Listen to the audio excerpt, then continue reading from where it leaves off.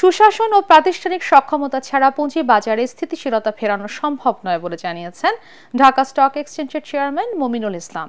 Share বাজারে বিনিয়োগকারীদের আস্থা ফেরাতে সংস্কার ও দীর্ঘমেয়াদী নীতি সহায়তার কাজ চলছে বলেও জানান তিনি। তরিক ইসলামের রিপোর্ট। বিগত আওয়ামী লীগ সরকারের আমলে দুর্নীতি লুটপাট হয়েছে প্রায় সব খাতে।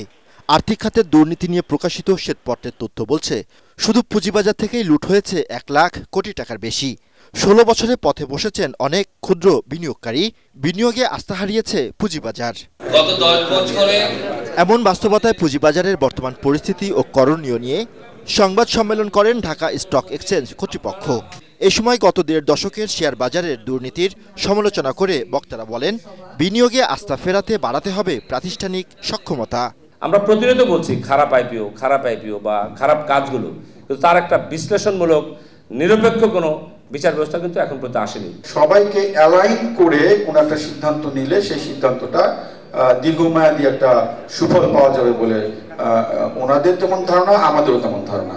ঢাকা স্টক এক্সচেঞ্জের চেয়ারম্যান বলেন, পুঁজিবাজারের প্রধান সমস্যা সুশাসন। সবাইকে নিয়ে বাজার বান্ধব নীতি গ্রহণ করা হবে।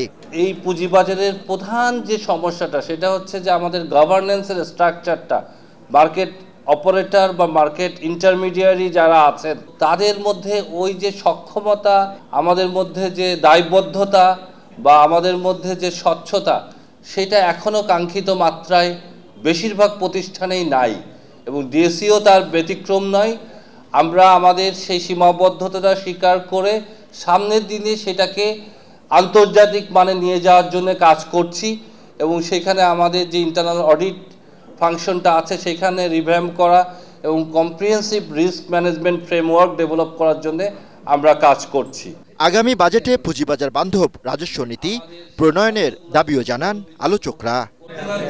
তরিক ইসলাম, এটিএন বাংলা, ঢাকা।